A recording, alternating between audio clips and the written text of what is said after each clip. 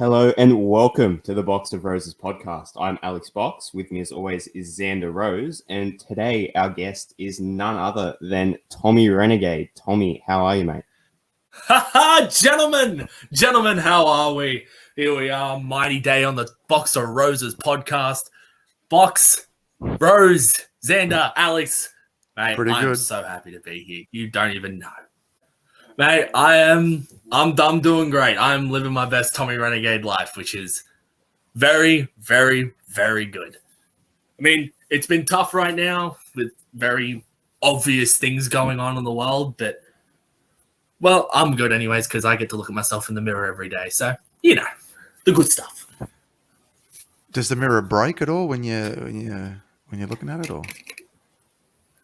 Hey, remember that I'm doing this out of the kindness of my heart, so stay in your lane, son. All right, that's fair call. But it's good that you're good, though. That's the main thing. So that's good stuff, mate.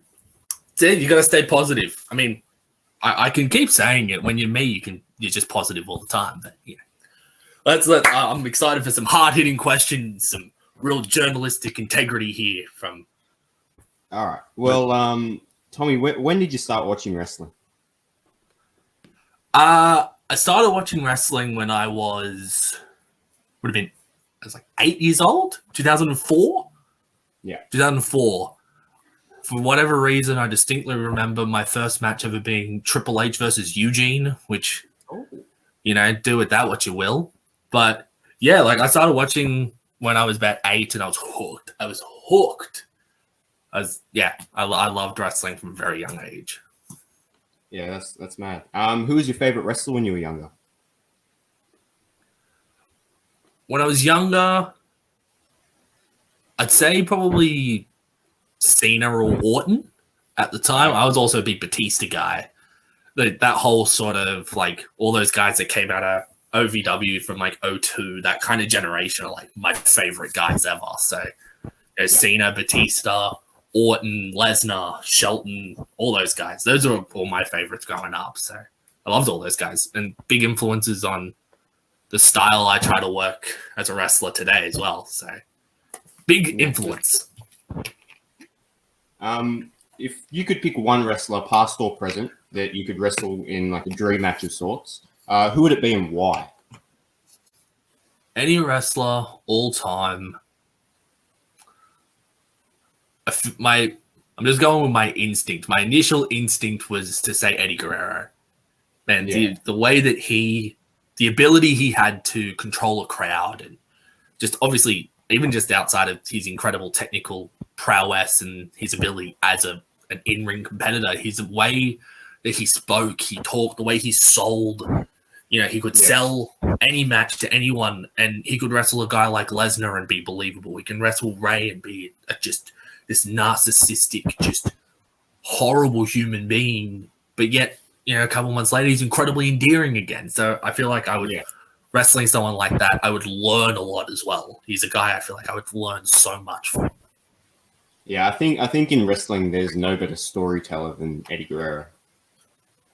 Yeah, absolutely. I think the way that he was able to, each character that he ever had, he just took on just such a commitment. And I look to do that myself. I look at when I'm in the ring or if I'm about to perform, everything I have to do has to be fully encompassing of what I do. And someone like him, and I could go on a myriad of others, but it's that ability to commit and just stick to yourself, and also, care about yourself, but care about the people watching as well. And that ability I dream of that every day, to just get better at that every time I'm in the ring. No, I agree with you 100%. I mean, Eddie Guerrero is definitely one of the greatest. But, I mean, right now, do you still watch wrestling, or you just sort of take a back seat, or what's your story? No, I feel like you have to keep up with the product. Obviously, I'm only 24. I've got a little bit more time on my hands than some of the other guys on the rosters, the hacks. But, I look at, you gotta have your finger on the pulse. You gotta have that ability to recognize what's the trends, what is positive, what's negative, what to do, what not to do. You gotta So that's why I watch wrestling, to get ideas and see what's working, see what's not working.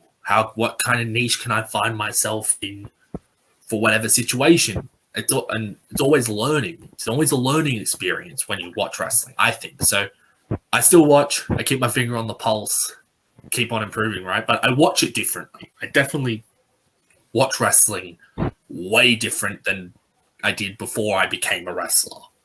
It's funny that, isn't it? It's it's like a new world, eh? Once you start wrestling and then you watch it and you go, "Well, wow." Yeah, absolutely. You start to think you're a genius watching it. Like, oh, I know why you did that. I know why you did this. Oh, that was really cool. Oh, that was bad. It's like you feel like it's a different dynamic, but it's an awesome dynamic as well. Let's talk about how you got into the industry. When and where did you start wrestling? So I started in September of 2018. Was my first day at Vulcans. I had previously, I would say, like 18 months earlier, I had a tryout at another school, and it's something I've always wanted to do, right? Like, I've always wanted to wrestle. Like, I've always wanted to do it. It's always been the dream, right? So I looked at a place, I did a tryout, I got in, and I just, for whatever reason, I just didn't feel ready. In my mind, my body, I don't know what it was, but I wasn't quite ready yet. I don't know if it was the place, I don't know whatever it was. So that time had passed, but the itch never really went away. So 18 months later, me and the family moved to a new part of the world, Menai, shockingly. If you know where this is going, it all makes sense. And it just seemed like it was like this perfect what's the word I'm looking for? It's just like this perfect storm of like, we've just moved into the area and there's a pro wrestling school here. It just seemed almost too good to be true. And I had to just put my toe in again and just see how I felt. And I just loved the atmosphere of Vulcans, and I was just like, I'm hooked. I'm in. So I started in September 2018. Yeah. September 10th, 2018, actually. I know the specific date. It was Saturday. Just over 3 years. Nice. Yeah, just over 3 years. In my mind, I kind of look at it as more like 2 years, though, really, because, again, very obvious things going on that we really don't need to bring up, which has kind of really taken chunks of my formative years away from me, which definitely annoys me, because I just want to get better. I feel so raw when it comes to what I have to offer, and I know that I have to improve. I have to get better, and it's just hard when the whole world shuts down, and it's like, I feel like I'm figuring it out. Okay, pull it back. Figuring it out, pull it back. So. Well, obviously, like you said, you moved to Menai, and then you went to VCW. You saw Vulcan, and you started training. I mean, how was that? Like having Vulcan as your wrestling coach, because he's a big character, and we all know that he's a former gladiator. But so how was that transition to go, well, oh my God, he's actually my coach now? Like, this is a bit crazy. Yeah. I had a blast. I think maybe I'm showing my age, being a youngster, but like, I only really knew Vulcan in sort of name only. Like, I knew Vulcan did gladiators and he had a gym and he used to wrestle. Like, that was kind of all I knew. So I guess coming in with that, kind of those fresh eyes of not going, oh my God, that's the guy from TV, helped me really cultivate that relationship with him. And, he's going to probably hate me for this, but I didn't look at him as like some sort of celebrity. I looked at him as like, this is my coach. This is the guy who's going to make me good at wrestling. He's going to make me great at wrestling. He's going to make me get better every single day. And, obviously when you first start wrestling, like, wrestling is a really hard thing to do. If everyone can do it, they would be doing it. There's a lot of people that get started and they think, it's just, the ring's soft. Hell no. Hell no, the ring's soft. Oh, it's just like a trampoline. Oh, get the hell out of here, softies. But like, you get these people that come in and like they don't do a front roll. and then that's it. So you got to be tough, and having a guy like Vulcan really instills that toughness in you, but it also instills the desire in you. It's like, if you're going to do this, I'm going to back you 110% to get the job done if you come with me. And it's nice having that relationship with him where he's my coach, but I know if I need him for anything, to ask him anything, he can give me that advice. So coming in kind of fresh-eyed, I guess, was a really positive experience for me. But God, he is a hell of a character, is he not? Wow, I'm sure you know well enough, Xander. I was there your first day, mate. Yeah. Mate, I was there. Yeah. I was there your first day when you jumped in our ring. I remember thinking, look at this guy. What's this Vin Diesel looking dude coming in and become a pro wrestler? But I wore that's Vin Lethal, mate. Vin Lethal. Remember that? I have Vinny Petrol. Vinny Petrol. Oh, Vinny Petrol. That was my suggestion. I thought, he looks like he drinks it, so it makes sense. So not with that kind of head, so it makes sense. But we had Vulcan on, and I tell you, from the start to the end, he just had us in stitches. He's definitely a character, and more than that, I think he really treats his boys really good. Always makes sure that he cares about them. Like, I know when I had an injury there, he would always be on the phone with me. Are you okay? How you feeling today? So he always cares a lot for his boys. He would do anything for his boys, really. But I think as well is how much we learnt. And I know he wasn't always the coach. I know Villa, which is Darius Vega, did a lot of the coaching, but we learnt so much as a collective with Vulcan and Villa and all that. Obviously, we had Vega come in, and he would do the hands-on, the hands-on fundamentals. But where did he learn his stuff from? From Exactly. Vulcan. And then Vulcan's a very busy man. And if anyone's been to the gym, they sure as hell know that he's got a lot of stuff on his plate. So having him come in and kind of senior when Villa's and Vega's doing the hands-on stuff, and coming in basically like being like a finishing, the overlooker, kind of being that the kind of overlooker. Like like you get he's 90%, or even 95%. But Vulcan will give you that extra 5% that just makes it go from very good to great. It's like just that. It's just like even just the little things. So it's like, those formative years are awesome. Those two are great. So even though old mate ditched it to New Zealand, but he did, didn't he? Darius Vega. Yeah, the New Japan Dojo New Zealand. And I don't know, it's just a rumor. I'm not sure, but is he the first Australian young lion?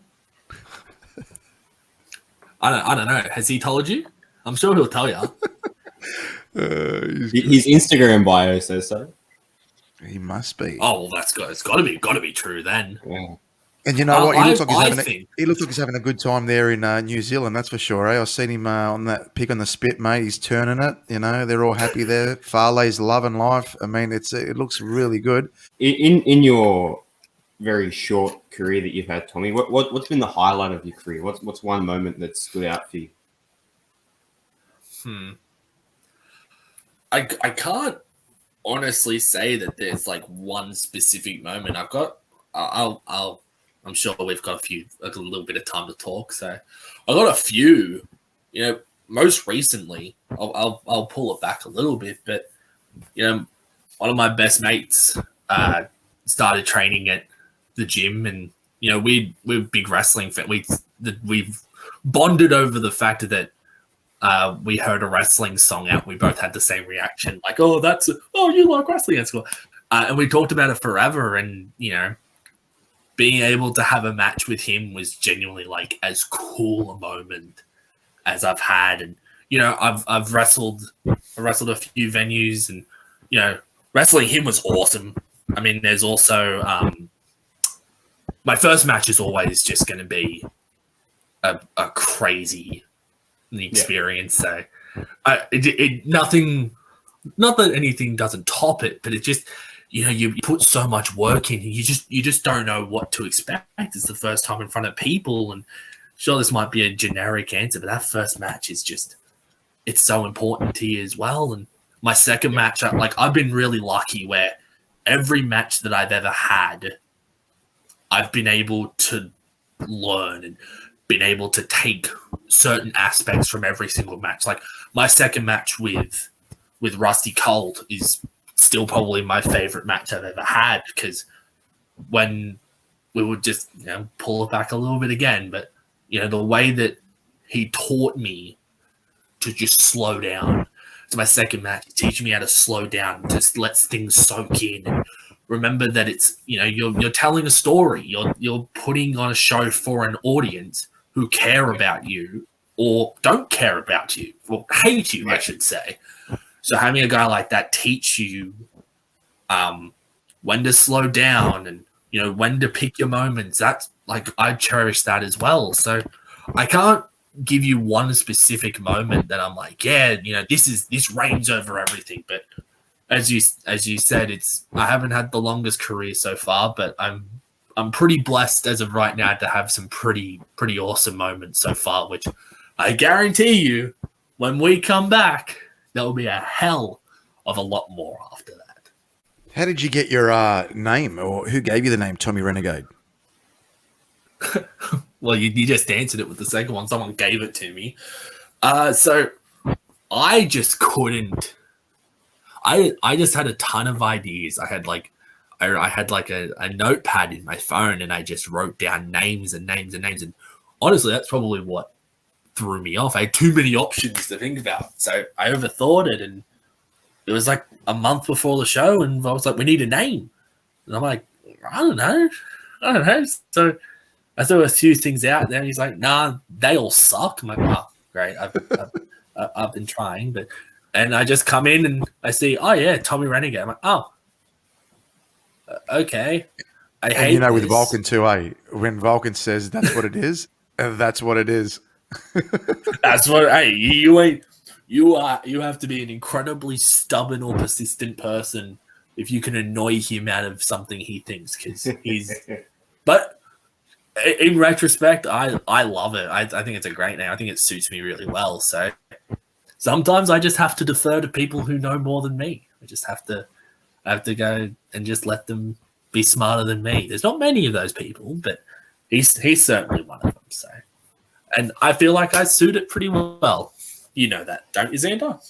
No, honestly, I think it suits you really well. To be honest, it was a really good pick there by V. He nailed it, and it really suits your character.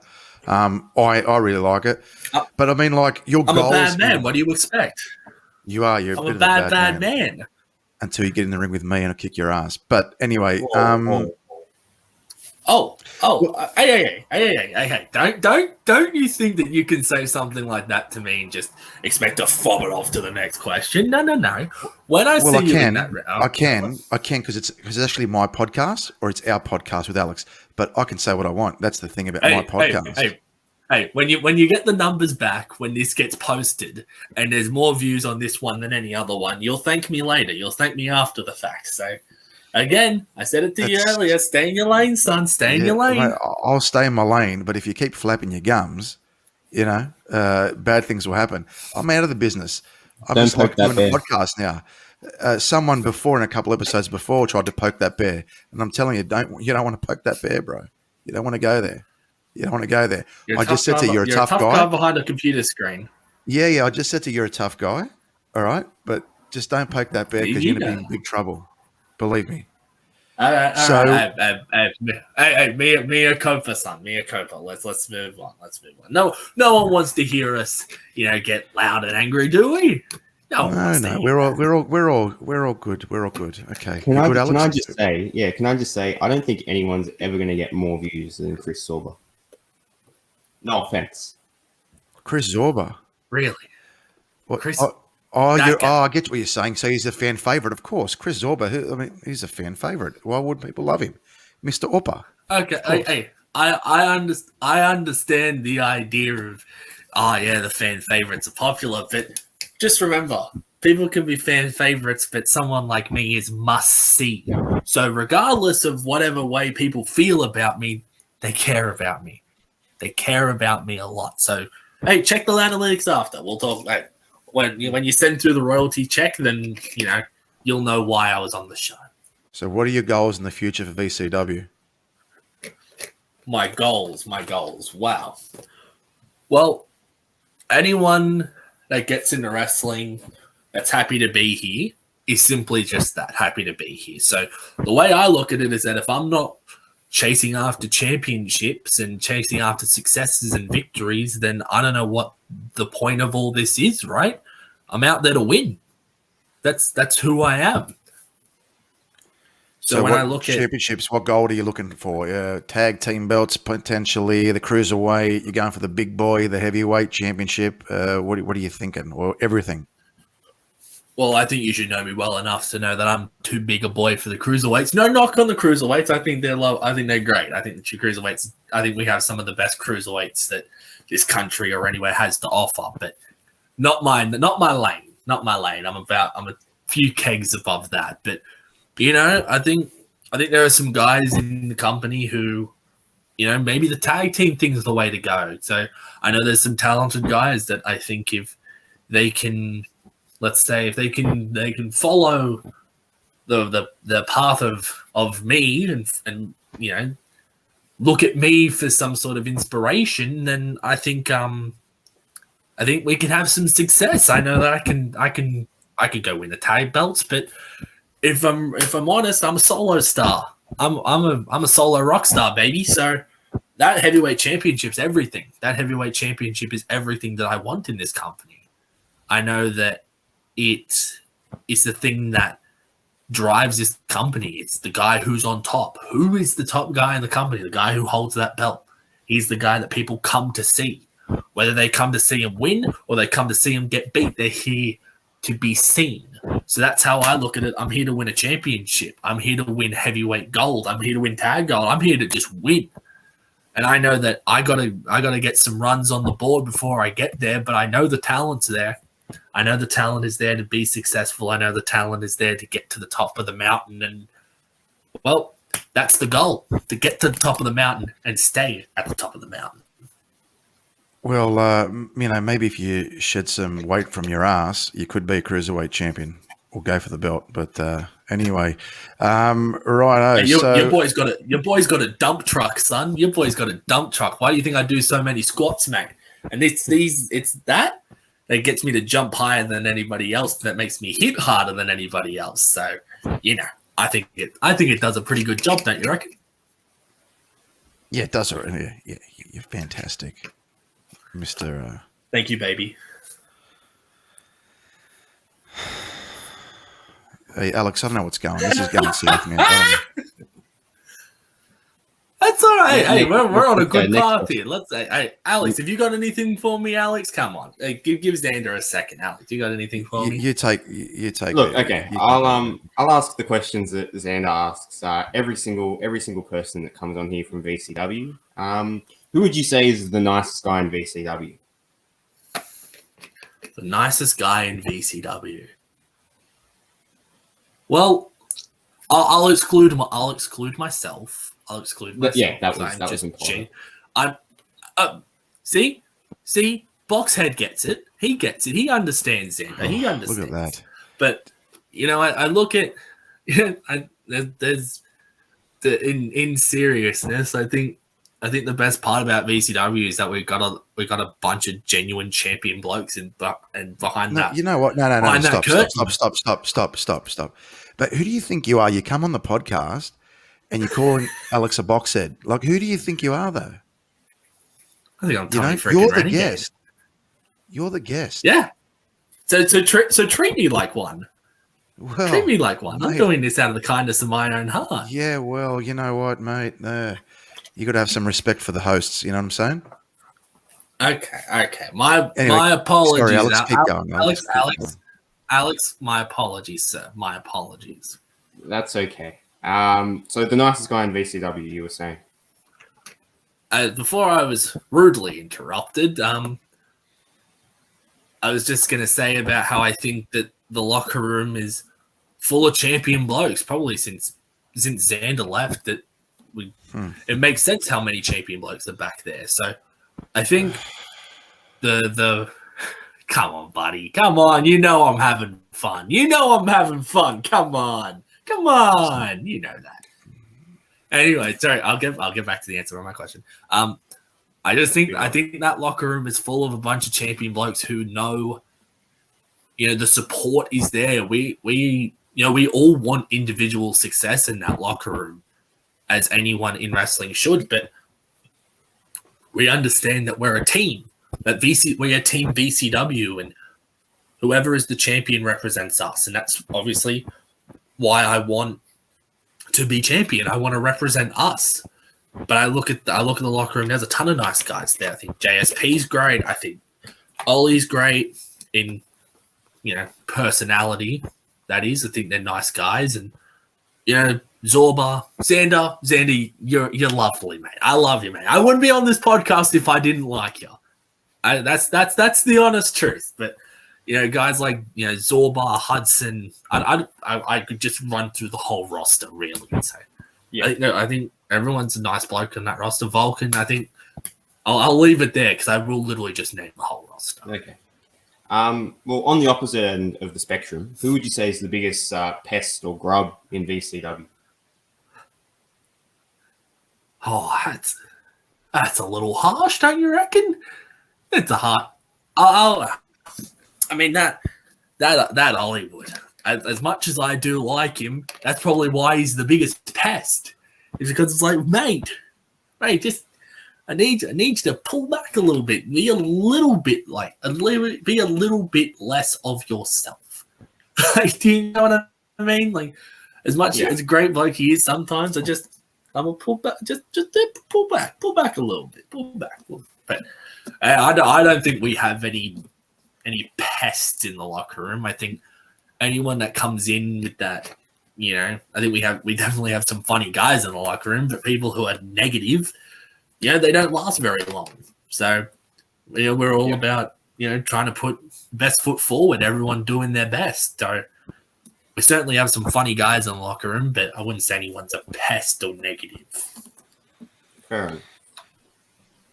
Well, you said a couple not nice things today towards Xander and myself. So I just want to ask you,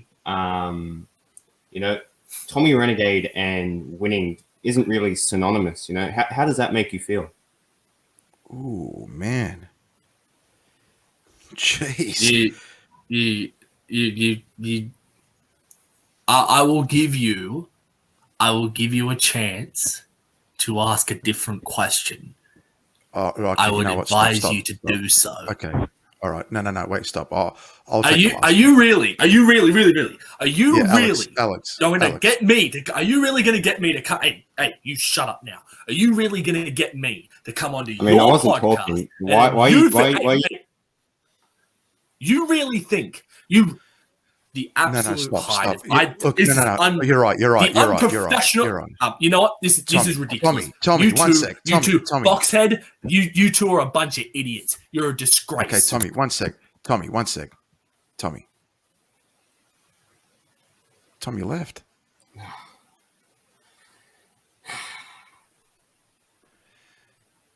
I didn't. Yeah, I'm sorry. No, don't be sorry. Sorry to all the listeners out there who had to listen to that. That wasn't what I planned on happening there. That wasn't what I wanted to happen. I'm sorry. I guess that'll wrap up today's episode. Thank you all for listening. Make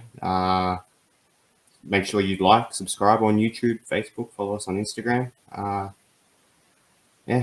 Thanks for being here. Sorry, guys, and hopefully we get a better guest next week, I suppose. But that's the Box of Roses podcast. See you next week.